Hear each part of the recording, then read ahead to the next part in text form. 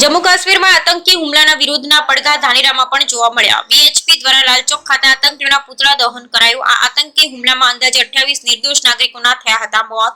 જય શ્રી રામના નારા સાથે આતંકીઓના પુતળાનું દહન કરાયું। આતંકીઓને સુધી કાઢી સખતમાં સખત સજા આપવાની કરાઈ માંગ। મોટી સંખ્યામાં લોકોએ હાજર રહી આક્રોશ સાથે આતંકી ઘટનાને વખોડી। Bureau report Ramji Parekh.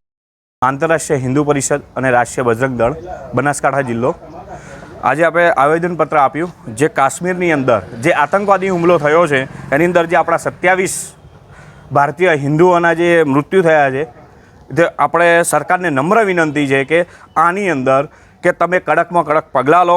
જે આરોપીઓ છે એની અંદર ફાંસીની સજા કરો અને ક્યાં સુધી આવી રીતે આપણા હિન્દુ ભાઈઓ અને નામ જાતિ ધર્મ તમે જોયું હશે કે એમને ધર્મ પૂછીને જે ગોળી મારી છે ને ત્યાં સમજદારને જરા હિન્દુઓ સમાજને સમજદારને ઇશારો કાપી છે કે ધર્મ જોઈને જો ગોળી મારતા હોય ને તો આજે તમે સમજો અને હવે થોડા સમજદાર બનો અને હિન્દુઓ મારા જાગો। આતંકવાદી હુમલો ખરેખર બહુ સખત છે અને જો અમે વોટ આપ્યા છે ને ઉપર સરકાર બેસાડી છે ડુંગળી બટાકા માટે નથી આપ્યા। અમે લોકોએ આનો ઝડપાતોડ જવાબ આપવા માટે તમને વોટ આપીને બેસાડ્યા છે। તો અમે નમ્ર વિનંતી છે સરકારને કે આના પર કડકમાં કડક કાર્યવાહી કરે અને સરકાર આ લોકોને ફાંસીની સજા આપે। જય હિન્દ।